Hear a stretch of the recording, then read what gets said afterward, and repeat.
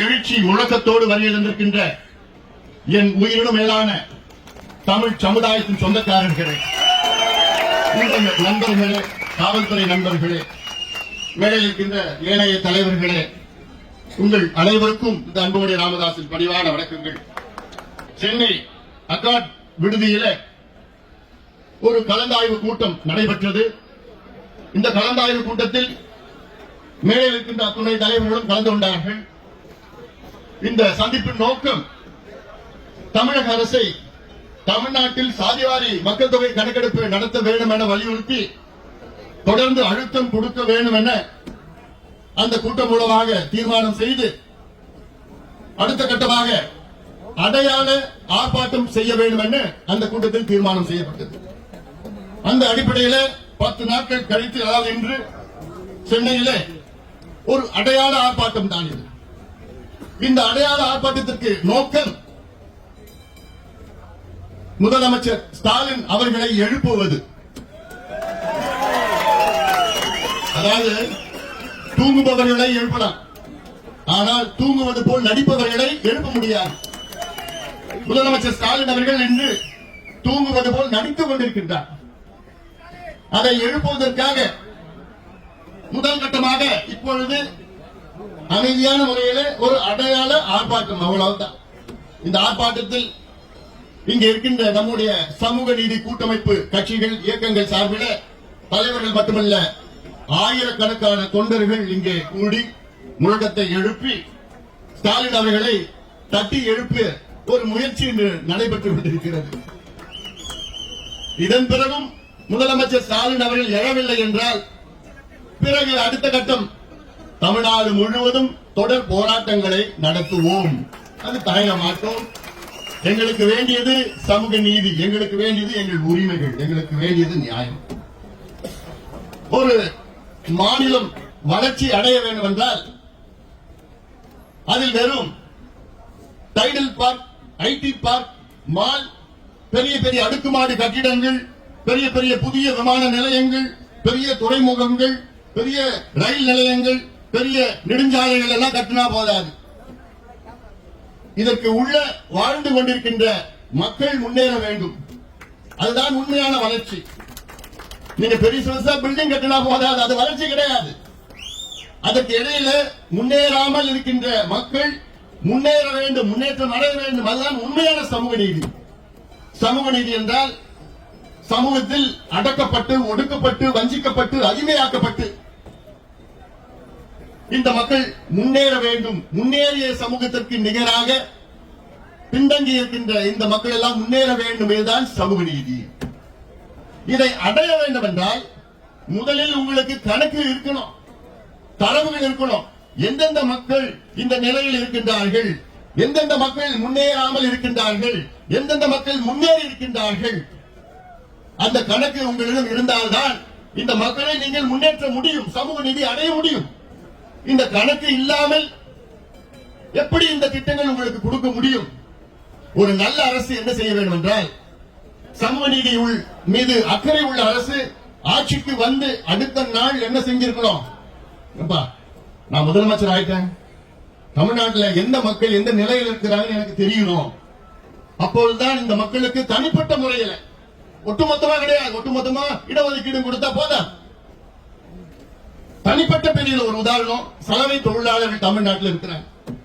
நம்ம துணியெல்லாம் அவங்க தான் செலவு பண்ணி நமக்கு கொடுக்கிறாங்க. எவ்வளவு பெரிய ஒரு உழைப்பு அது. அவங்க இல்லைன்னா நம்ம எல்லாம் எப்படி இருப்போம்? சும்மா ஒண்ணுமே இல்லாம. அவர்கள் எத்தனை பேர் இருக்கிறாங்க தமிழ்நாட்டில்? என்ன நிலையில இருக்கிறாங்க? அவங்க பிள்ளைங்க படிச்சிருக்கிறாங்களா? அந்த சமுதாயத்தில் எத்தனை பேர் வேலைக்கு போயிருக்கிறாங்க? அரசு வேலையா, தனியார் வேலையா? அந்த சமுதாயத்தில் எத்தனை பேர் அரசு வேலையில இல்ல உயர் அதிகாரிகள் எத்தனை பேர் ஐஏஎஸ் படிச்சிருக்கிறாங்க, ஐபிஎஸ் இருக்கிறாங்களா, ஐஆர்எஸ் இருக்கிறாங்களா? அவங்களுக்கு வீடு இருக்குதா, வீட்டுல பாத்ரூம் இருக்குதா, கரண்ட் இருக்குதா? இதெல்லாம் தெரிஞ்சாதான சலவை தொழிலாளர்களுக்கு அவங்க தனிப்பட்ட ஒரு திட்டத்தை வகுக்க முடியும். அவங்களுக்கு இடஒதுக்கீடு அல்லது சமூக நலத்திட்டம் அல்லது அவங்க வீடு கட்டி கொடுக்கிறது, இப்படி எல்லாம் முன்னேற்ற வேண்டும். அடுத்தது பார்த்தா இப்ப சொன்னாங்க மலைக்குறவர்கள், குறவர் சமுதாயம், மலைக்குறவர்கள் அவங்க எங்க இருக்கிறாங்க? எத்தனை பேர் இருக்காங்க? எத்தனையோ பேர் இருக்காங்க. எப்படி இருக்கிறாங்க தெரியுமா? தெரியாது. தெரிஞ்சுக்கணும். தெரிஞ்சாதானே இப்படிப்பட்ட சமுதாயங்கள் எல்லாம் முன்னுக்கு கொண்டு வர வேண்டும் என்றால் அவர்களுடைய நிலையை கண்டறிய வேண்டும். அதுதான் அடிப்படை அறிவு, பேசிக், அதுதான் அடித்தளம். இதை தெரிஞ்சுக்காம நீங்க என்ன கணக்கு நீங்க எடுப்பீங்க, எந்த நீங்க திட்டம் கொடுப்பீங்க, எந்த யார் யாருக்கு எந்தெந்த இடஒதுக்கீடு வகுப்பு கொடுப்பீங்க? நான் எங்களுடைய ஐயாவுடைய நோக்கம். ஐயா தான் இந்த ஆர்ப்பாட்டத்தை நடத்த சொன்னார். எங்களுடைய மருத்துவர் ஐயா அவர்கள் 45 ஆண்டு காலம் கணக்கெடுப்பு நடத்துங்க ஒரு மனுஷன் நினைச்சு பாருங்க. 45 வருஷமா தமிழ்நாட்டில் கணக்கெடுப்பு நடத்தி அதற்கு சமூக நீதி வழங்க வேண்டும் என்று போராடி கொண்டிருக்கின்ற எங்களுடைய மருத்துவர் ஐயா எனக்கு 86 வயசு. ஆனாலும் அந்த எண்ணம் நிறைவேறவில்லையே. என்ன காரணம்? ஆட்சி செய்தவர்கள் எல்லாம் அவருடைய நோக்கம் என்ன? இது கணக்கெடுப்பு நடத்தினா உடனே அவங்க அரசியல் கணக்கு பார்க்கிறாங்க. அரசியல் கணக்குக்காக நாங்க இங்க வரல. எங்களுக்குள்ள பல கட்சிகள், பல இயக்கங்கள், எங்களுக்குள்ள பல கொள்கைகள் இருக்கிறது, பல கோட்பாடுகள் இருக்கிறது, பல செயல் திட்டங்கள் இருக்கிறது. ஆனால் ஒரே அடித்தளம் சமூக நீதி பெற வேண்டும், தமிழகம் முன்னேற வேண்டும் என்ற நோக்கத்திலே தான் நாங்கள் எல்லோரும் ஒன்று கூடியிருக்கின்றோம். இந்த மேடையில் இருக்கின்றவர்கள் மட்டும் கிடையாது, இன்று வராதவர்கள் எத்தனையோ பேர் ஆதரவு கொடுத்தார்கள்.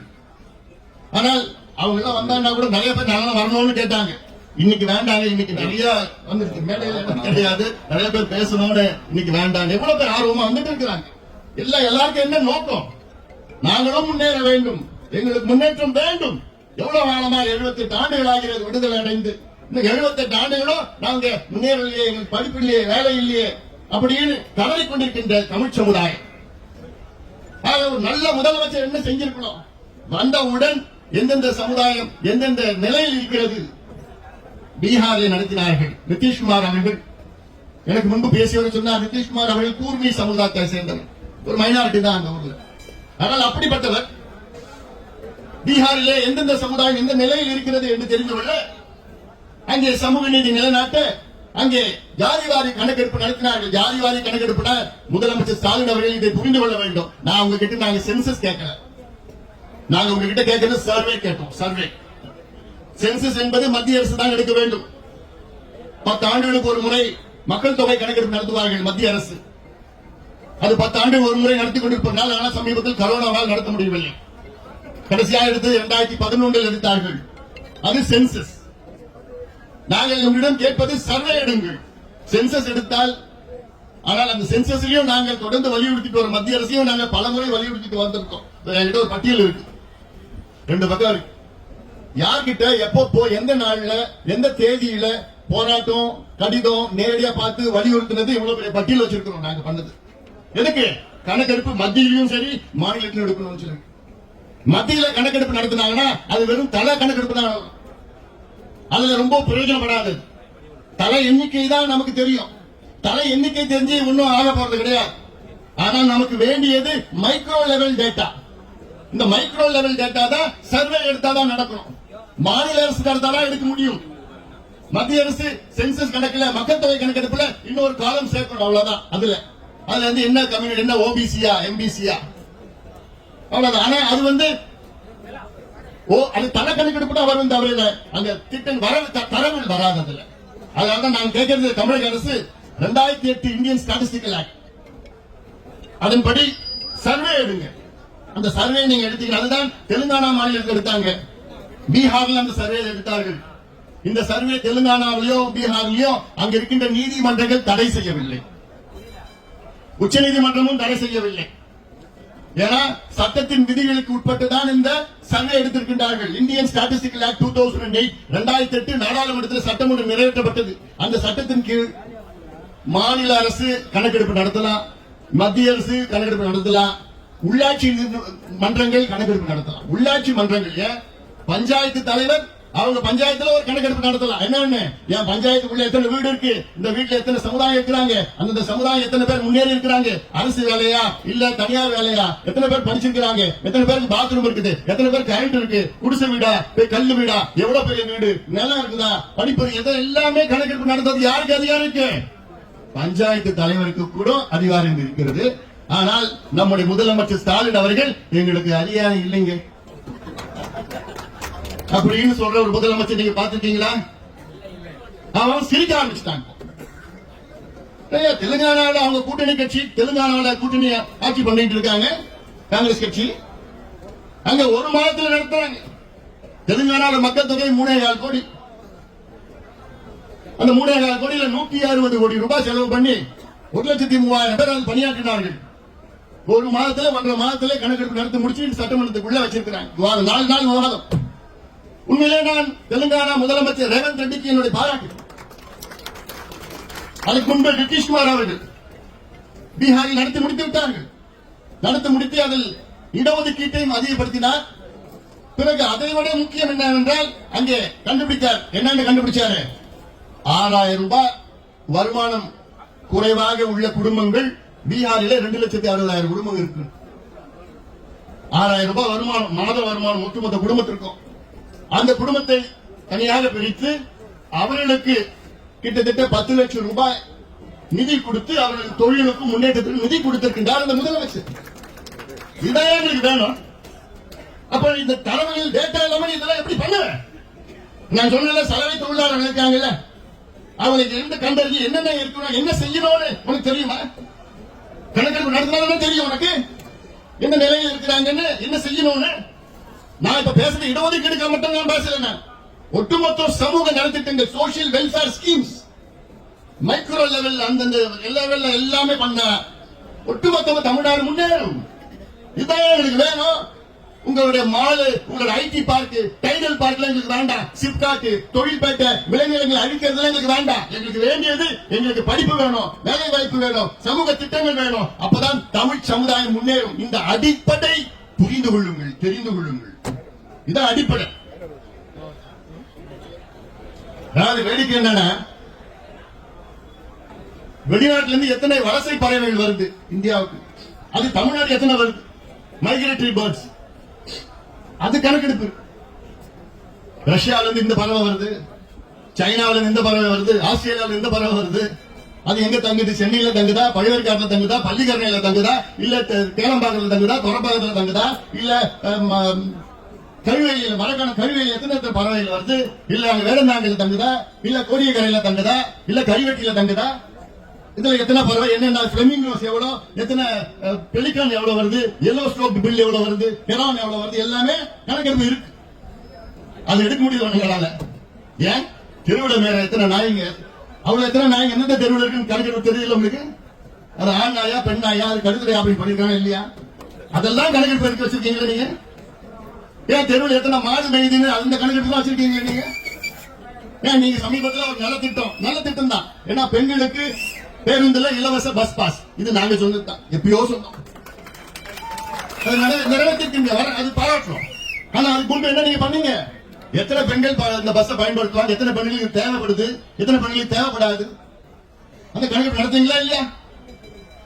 ஏன் பெண்களுக்கு இப்ப 1000 ரூபாய் கொடுத்தீங்களே, வரல, அது வர அந்த 1000 ரூபாயில மொத்தமா எத்தனை பெண்களுக்கு முதல்ல அதுல ஒரு 2 கோடியே 10 லட்சம் பெண்களுக்கு கொடுக்க போறோம்னு சொன்னீங்க. அதுக்கப்புறம் அதுல 1 கோடியே 25 லட்சம் தான் வரும்னு சொன்னீங்க. அப்ப எந்த கணக்கெடுப்பு நடிகையில இதெல்லாம் செஞ்சீங்க நீங்க?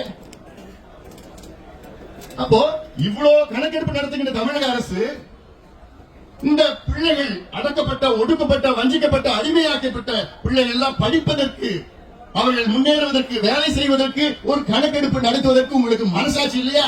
சட்டம் இருக்கிறது, நியாயம் இருக்கிறது, எல்லாம் இருக்குது, அதிகாரம் இருக்கிறது, நிதி இருக்கிறது, ஆள் இருக்கின்றார்கள், எல்லாம் இருந்தோம் மனசுதான் கிடையாது. ஸ்டாலின் அவர்களுக்கு மனசுதான் கிடையாது. ஆனா நீங்க சமூக நீதி, எங்கள் உயிர் மூச்சு, நாங்க தந்தை பெரியாருடைய வாரிசு, அவங்க தாத்தா அப்படிலாம் பேசுறது மக்கள் எல்லாம் ரொம்ப கேவலமா கொச்சையா பார்த்துட்டு இருக்கிறாங்க. அவருக்கு தெரியுதா அந்த செய்தி? அவருக்கு போதாதுன்னு தெரியல, எனக்கு செய்தி வந்துட்டு இருக்கு.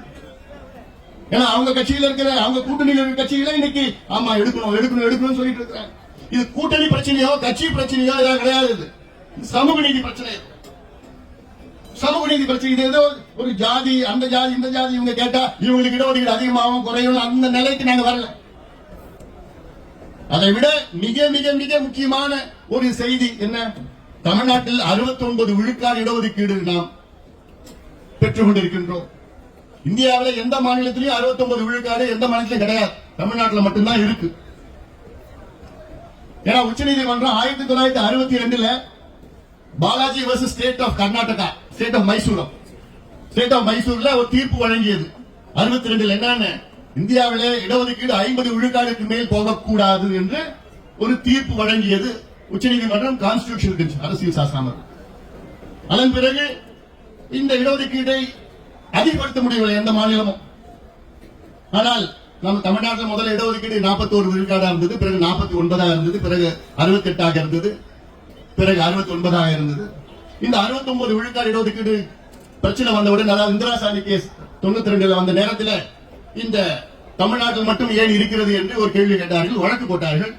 உடனடியாக அன்றைய முதலமைச்சர் ஜெயலலிதா அம்மையார் அவர்கள் தமிழ்நாட்டிலே ஒரு சட்டத்தை தனியாக கொண்டு வந்து சட்டமன்றத்தில் நிறைவேற்றி, இந்த தமிழ்நாடு இடஒதுக்கீடு பாதுகாக்கின்ற சட்டத்தை நிறைவேற்றி, இந்த சட்டம் மத்திய அரசை வலியுறுத்தி நாடாளுமன்றத்திலே அரசியல் சாசன சட்ட திருத்தம், கான்ஸ்டிடியூஷனல் அமெண்ட்மெண்ட், இதெல்லாம் சாதாரண விஷயம் கிடையாது. யாராலும் பண்ண முடியாது, இந்த காலத்தில் நினைச்சோடும் பார்க்க முடியாது. அதை செய்தவர் முன்னாள் முதலமைச்சர் ஜெயலலிதா அம்மையார் அவர்கள். நினைச்சோடும் பார்க்க முடியாது. ஏன்னா அப்போ இவங்க ஆட்சியில் இல்ல, அங்கு காங்கிரஸ் ஆட்சி, நரசிம்மராவ் அவர்கள் அவரை வலியுறுத்தி நாடாளுமன்றத்திலே ஒரு அரசியல் சாசன சட்ட திருத்தம் 2/3 மெஜாரிட்டி வேணும். 2/3, 3/2 பங்கு மக்கள் அங்கே நாடாளுமன்ற உறுப்பினர்கள் அதுக்கு வாக்களிக்கணும். அப்படி செய்து 9வது அட்டவணையிலே தமிழ்நாடு சட்டத்தை பாதுகாப்பு வழங்கியது அன்றைய ஆட்சி ஜெயலலிதா அம்மையார். அந்த அம்மா செய்யலனா இன்னைக்கு தமிழ்நாட்டில் 50 விழுக்காடு தான் இடஒதுக்கீடு நமக்கு கிடைச்சிருக்கும். இவ்வளவு சிரமப்பட்டு நமக்கு இவ்வளவு போராடி காலகாலமா எத்தனையோ ஆட்சிகள் கொண்டு வந்த இந்த 69 விழுக்காடு இடஒதுக்கீட்டை இதை ரத்து செய்ய வேண்டும் என பல பேர் நீதிமன்றத்திலே, உச்ச நீதிமன்றத்தில் வழக்கு போட்டிருக்கின்றார்கள். 2007 வழக்கு போட்டார்கள். முதல் வழக்கு 1991 போட்டார்கள். பிறகு 2007 வழக்கு போட்டார்கள். அதன் தீர்ப்பு 2010 உச்ச நீதிமன்றத்தில் வந்த நேரத்திலே ஜஸ்டிஸ் கபாலியா தலைமை நீதிபதி அவர் தலைமையில வந்து அவர் தீர்ப்பு கொடுத்தார். என்னன்னு, 2010 இன்னும் ஓராண்டுக்குள் தமிழகத்தில் சாதிவாரி கணக்கெடுப்பு நடத்தி இந்த 69 விழுக்காடு இடஒதுக்கீட்டை நீங்கள் நியாயப்படுத்த வேண்டும் என்று அரசுக்கு சொன்னார். அப்போது கலைஞர் அரசு. இன்னும் ஒரு வருஷத்துல தமிழ்நாட்டில் நீங்க ஜாதிவாரி கணக்கெடுப்பு நடத்தலன்னா நான் ரத்து பண்ணிடுவேன்னு சொல்லிட்டேன். ஆனாலும் அன்று உடனடியாக எங்களோட மருத்துவர் ஐயா அவர்கள் கிட்டத்தட்ட 50 சமுதாய தலைவர்களை வைத்து 1 மணி நேரம் கலைஞரை சந்தித்து அவருடைய கிளாஸ் எடுத்தார். 1 மணி நேரம் கிளாஸ் எடுத்தார். கடந்த கால வரலாறு என்ன, இப்ப என்ன செய்யணும், நீதிமன்றத்தில் என்ன சொல்லியிருக்கிறாங்க, இது ரத்தாயிடும், உடனடியாக செய்யுங்கள். நிச்சயமா நான் செய்யறேன் சொன்ன கலைஞர் செய்யறேன். பிறகு ஆட்சி மாற்றம் வந்து ஜெயலலிதா அவருடைய ஆட்சி.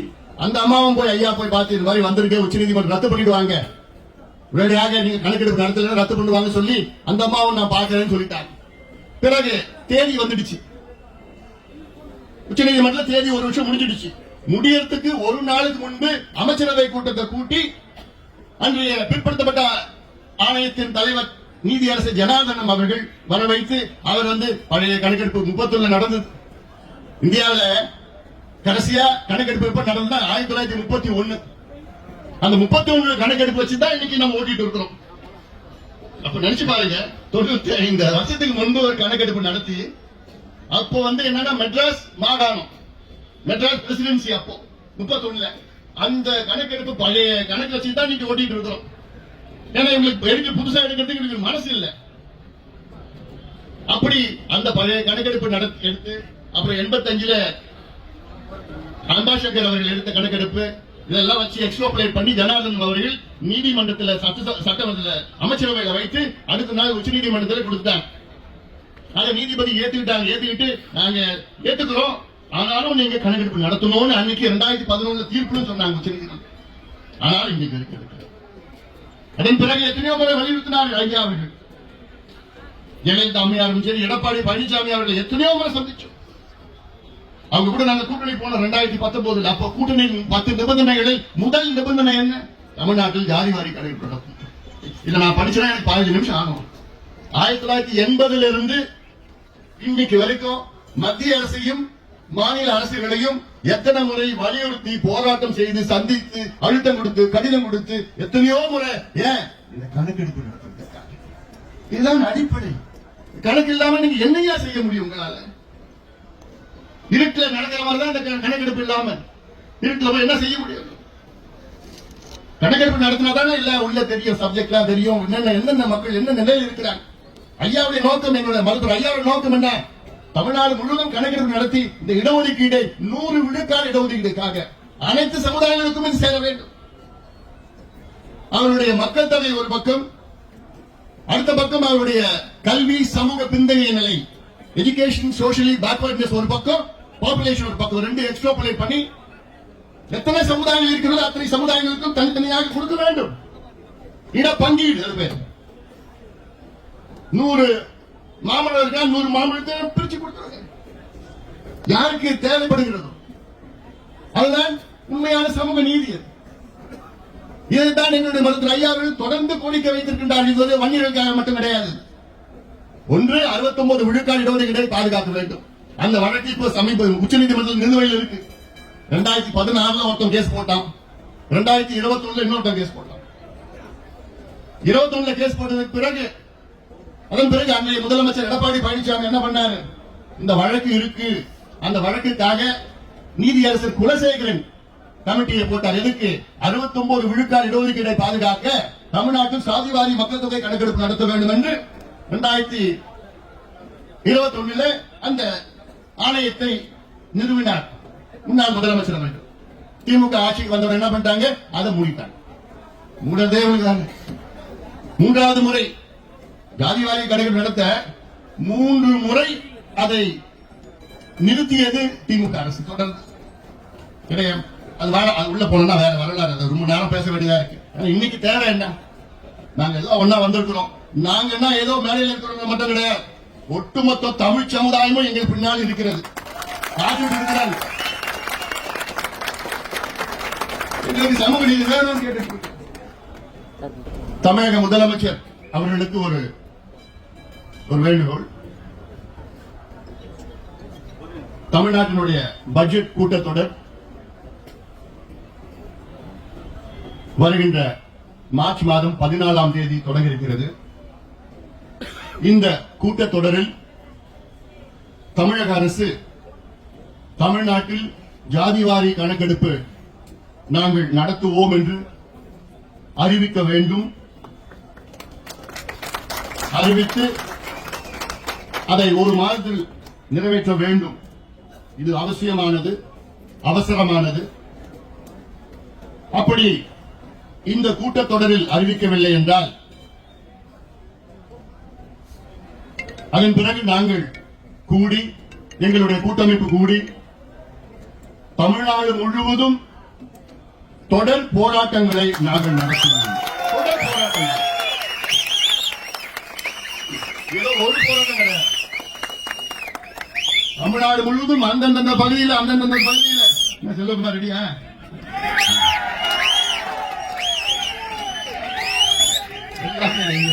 மூர்த்தி அவர்கள் எல்லாமே சொன்னா போதும். இது ஏதோ சும்மா சின்ன அறிவிப்புலாம் கிடையாது. இது சமூக நீதி போராட்டம். இதுக்காக நாங்கள் எந்த எல்லைக்குள்ள நாங்கள் போவோம்.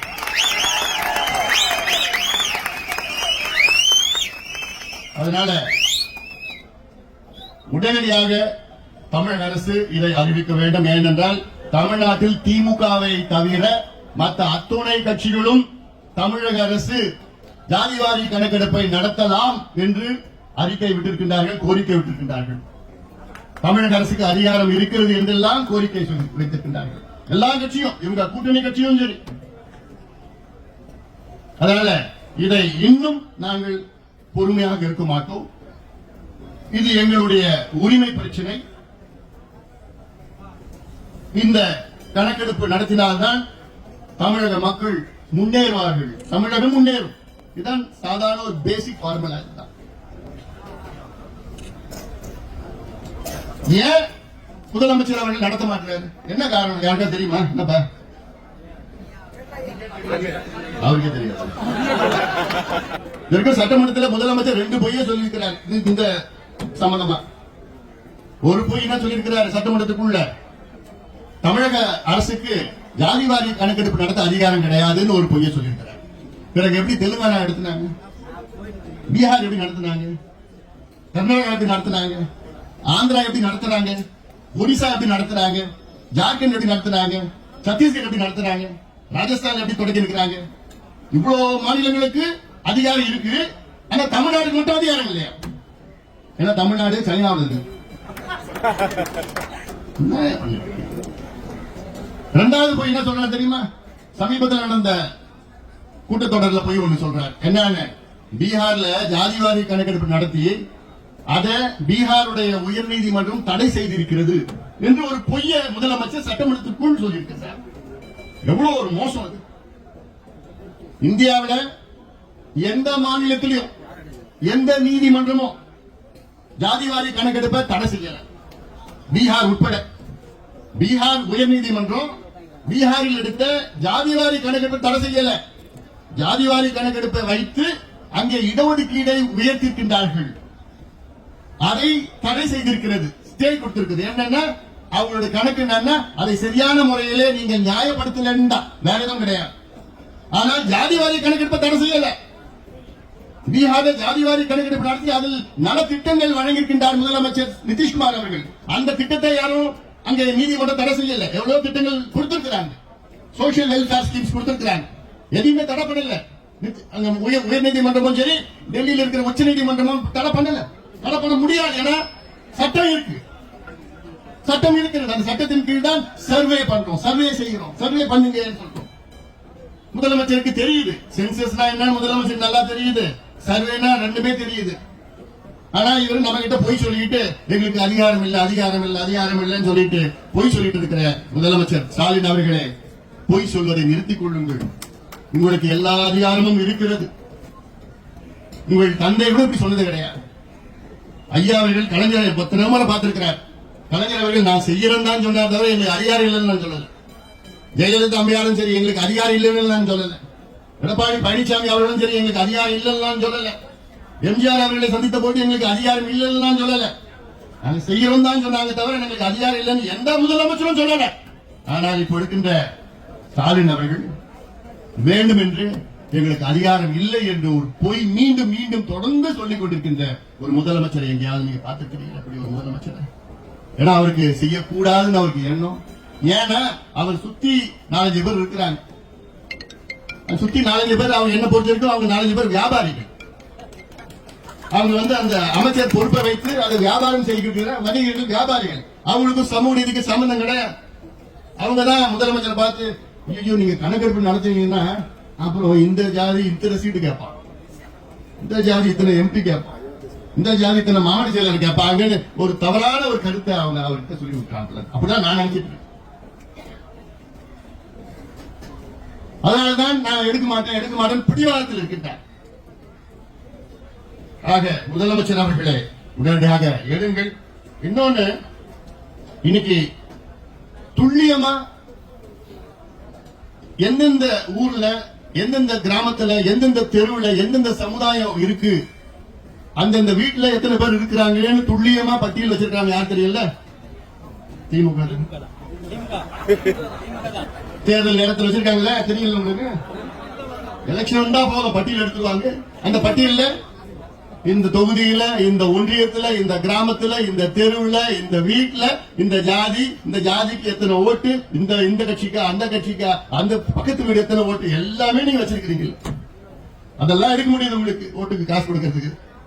ஆனா சமூக நீதி படிப்புக்கும் வேலைக்கும் நாங்க கேட்டுட்டு இருக்கிறோம், இவ்வளவு காலமா கேட்டுட்டு இருக்கிறோம். அதுக்கு உங்களால கொடுக்க முடியும். என்னோட நோக்கம் என்ன?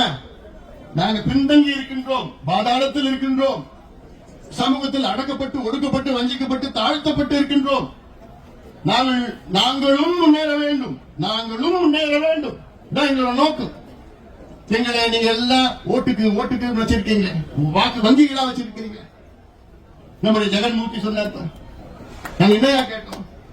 பிள்ளைங்களுக்கு நல்ல முன்னேற்றம் வேண்டும், பிள்ளைங்களுக்கு படிப்பு வேணும், வேலை வாய்ப்பு வேணும், சுயமரியாதையுடன் வாழ வேண்டும். எங்கள் ஐயாவுடைய அடிப்படை கொள்கை, எங்களுடைய கொள்கை வழிகாட்டிகள் அண்ணல் அம்பேத்கர், தந்தை பெரியார், கால் மார்க்ஸ் அவர்கள், புரட்சியாளர் கால் மார்க்ஸ். அதன்படிதான் நாங்கள் எங்களை வழிநடத்திக் கொண்டிருக்கின்றார் மருத்துவர் ஐயா அவர்கள். எங்கேயாவது இங்க பிரச்சனை வந்து, சின்ன பிரச்சனை வந்தா உடனே எனக்கு போன் பண்ணுவார், அண்ணா என்ன இது மாதிரி இருக்கு. இல்ல அங்க நான் அவருக்கு போன் பண்ணுவேன், பாருங்க கொஞ்சம் ஏதோ பிரச்சனை கேட்பேன். அது பிரசாதமா பாருங்க. அது உணர்வுபூர்வமா, 2 பேரும் உணர்வுபூர்வமா இந்த கருத்து எங்கள் மனதிற்குள் இருக்கிறது. காரணம் என்ன? அந்த 2 பேரும் அடிச்சுக்கிட்டு அங்க பிரச்சனை வந்து இந்த கலவரம் கழைய காலத்துல மாதிரி பிரச்சனை எல்லாம் வேண்டாம், வேண்டாயா, போதியா. இதை தூண்டு விடுவது யாரு? அது நெருப்பு போட்டு கொளுத்தி விட்டுட்டு அந்த எண்ணெயை ஊத்துவான் தினமும் ஊத்திட்டு இருப்பான். எல்லாம் ஒன்னா சேர்ந்துட்டு அவங்களுக்கு வேலை கிடையாது, வேற எங்கேயாவது பார்த்துட்டு வேலையை பார்த்துட்டு போகணும். அதனாலதான் இவ்வளவு சூழ்ச்சிகள், இவ்வளவு பிரச்சனைகள், சின்ன பிரச்சனை உடனே பெருசாக்கி அதெல்லாம் வேண்டாம். அதெல்லாம் அந்த நோக்கம் தான் எங்களோட நோக்கம். அதான் மீண்டும் சொல்வது என்ன? சமூக நீதி. நாங்களும் வாழ வேண்டும், நாங்களும் முன்னேற வேண்டும், நாங்களும் ஆள வேண்டும். நாங்களும் என்றால் என்ன? அத்தனை பேரும் தமிழ் சமுதாயம் ஆள வேண்டும். பாதாளத்தில் இருக்கின்றோம், பெரிய எண்ணிக்கையில் இருக்கின்றோம். ஆனால் எந்த முன்னேற்றமும் எங்களுக்கு இல்லை, அதுக்காகத்தான் இங்கே நாங்கள் வந்திருக்கின்றோம், கூடியிருக்கின்றோம். இதையாவது செய்ய வேண்டும். 69 விழுக்காடு இடஒதுக்கீட்டை பாதுகாக்க வேண்டும். தமிழ்நாட்டில் 100 விழுக்காடு இடஒதுக்கீடு. அந்த சமுதாயத்துடைய எண்ணிக்கை ஒரு பக்கம், அந்த சமுதாயத்துடைய கல்வி சமூக பின்னணி நிலை ஒரு பக்கம். இதை வைத்து அனைவருக்கும் சமூக நீதி வழங்க வேண்டும், அனைவருக்கும் இடஒதுக்கீடு வழங்க வேண்டும் என்ற நோக்கத்திலேதான் இந்த சமூக நீதி கூட்டமைப்பை மருத்துவர் ஐயா அவர்கள் உருவாக்கி இருக்கின்றார்கள். ஐயாவுடைய கனவு தமிழ் சமுதாயம் தமிழ்நாட்டில் முன்னேற வேண்டும், தமிழ் சமுதாயம் தமிழ்நாட்டில் ஆள வேண்டும். அப்படி ஆண்டால்தான் உண்மையான சமூக நீதி. ஏன்னா எங்களுக்குள்ள மனசுக்குள்ள ரத்தத்துக்குள்ள ஊறி இருக்கு சமூக நீதி. சும்மா வெறும் நாட்களை மட்டும் பேசல, மற்ற திமுக போன்று வெறும் நாட்களை பேசவில்லை. எங்களுக்கு ரத்தத்துல ஊறி இருக்கு சமூக நீதி. எல்லாருக்கும் சமம், எல்லாருக்கும் சமமான நீதி, எல்லாருக்கும் முன்னேற்றம் வேண்டும் என்ற நோக்கத்திலேதான் இந்த கூட்டமைப்பை உருவாக்கி இது ஒரு அடையாள ஆர்ப்பாட்டத்தை இங்கு நடத்தி கொண்டிருக்கின்றோம். இந்த அடையாள ஆர்ப்பாட்டத்திற்கு இங்கே வருகின்ற என்னுடைய அத்துணை தமிழ் சமுதாய தலைவர்கள், என்னுடைய அத்துணை பேரும் என்னுடைய நண்பர்கள் தான் இங்கே வருகின்ற அத்தனை பேருக்கும் என்னுடைய நன்றி கலந்த வாழ்த்துக்கள், பாராட்டுகளை நான் தெரிவித்துக் கொள்கின்றேன். ஏன்னா இது அரசியலுக்காக நாங்க செய்யல. ஏன்னா சில பேர் இது வருமா கூட்டணி அப்படி இப்படியான எங்கள் ஒருமித்த கருத்து இது சமூக நீதி. ஒரு காலத்துல எப்படி வருவோம்னு அது தெரியாது. இன்னைக்கு நாங்க இந்த பிளாட்ஃபார்ம்ல அடித்தளத்தில் சமூக நீதி வேண்டும், எங்களுக்கு இடஒதுக்கீடு வேண்டும், எங்களுக்கு கணக்கெடுப்பு நடத்த வேண்டும், உடனடியாக நடத்துங்கள், உடனடியாக அறிவியுங்கள், இந்த பட்ஜெட் கூட்டத்தொடரிலே தமிழக அரசு அறிவிக்க வேண்டும் என வலியுறுத்தி இந்த ஆர்ப்பாட்டத்தை நாங்கள் நடத்தி கொண்டிருக்கின்றோம். இங்கே வருகிறதுக்கு அத்துணை என்னுடைய விரும்பேளான தமிழ் சொந்தக்காரர்களுக்கு என்னுடைய நன்றியை தெரிவிக்கின்றேன்.